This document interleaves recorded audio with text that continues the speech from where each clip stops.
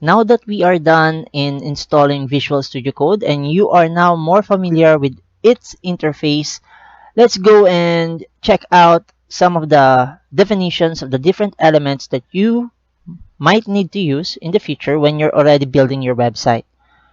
So Visual Studio Code has what we call IntelliSense. It is a code completion aid that includes a number of features such as list members, parameter info, quick info, and complete word.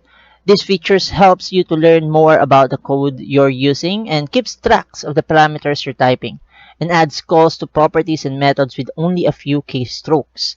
So if I go and try here HTML, you would see that it's giving me some options: pure HTML, HTML5, and HTML XML. So what I want here will be HTML5, and you would see now that we have here a template similar to what we've seen in JSBin, if you remember in our previous lessons. This is the advantage of using a code editor similar to Visual Studio Code. It provides us an option to make our lives a lot easier through IntelliSense. As a developer, this will be greatly helping us out when we are doing our projects.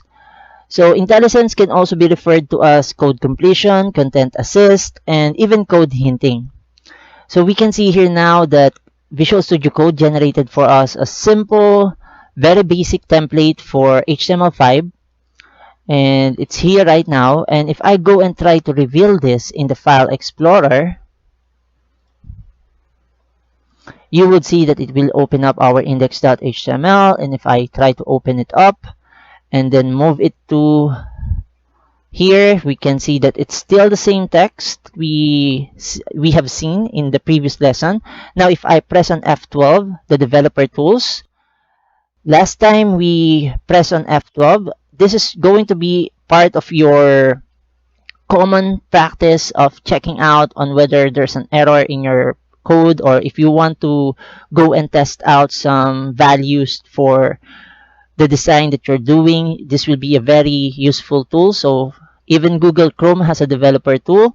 So you can see that we now have no more problem here under the console tab, and it's not showing any more error when we run our code here or our HTML document here. So if I go back here and I try to remove this again, let's say Control X and save that and refresh this, you would see that it's running an error, right? If you remember. So I'm just going back here and I'm going to go and Control save that. I just wanted to show you that we were able to solve that first error that we encountered when we created our first code here, which is under the index.html document here. So you're now solving some issues right now. We were able to solve a problem or a bug. Okay, so now I'm going to put this inside of our body element here, inside of it, just so that we will be following the proper format for creating our document here. Now, what I want to talk here, or what I want to talk about here right now, is the Doctype HTML declaration here. Remember that this is not an HTML element or tag. So this is not an HTML element or tag.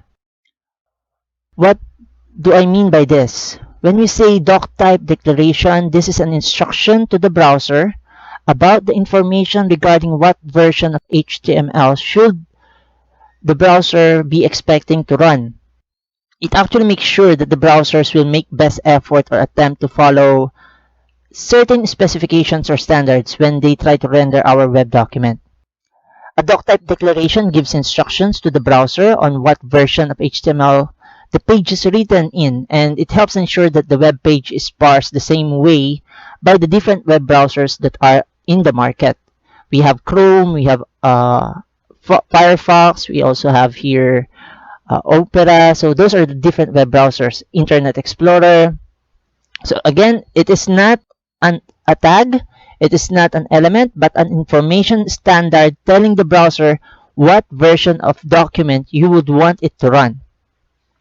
So we can see here that the doctype declaration here has a very simple declaration than older documents such as HTML 4.01 and XHTML 1.1. So let me just go and I'm just going to copy paste this. This is for HTML 4 version, and as we can see here, it's a lot more complicated. And remember, you have to really specify this properly. This is very case sensitive, unlike this one, which is not that case sensitive.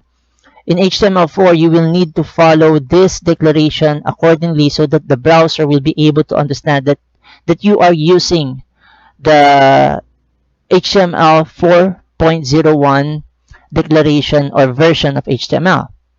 So this is just what I want to talk about right now, that the doctype declaration is an important instruction. And as you can see here, we have here an exclamation mark, which signifies that this is an important part of your document.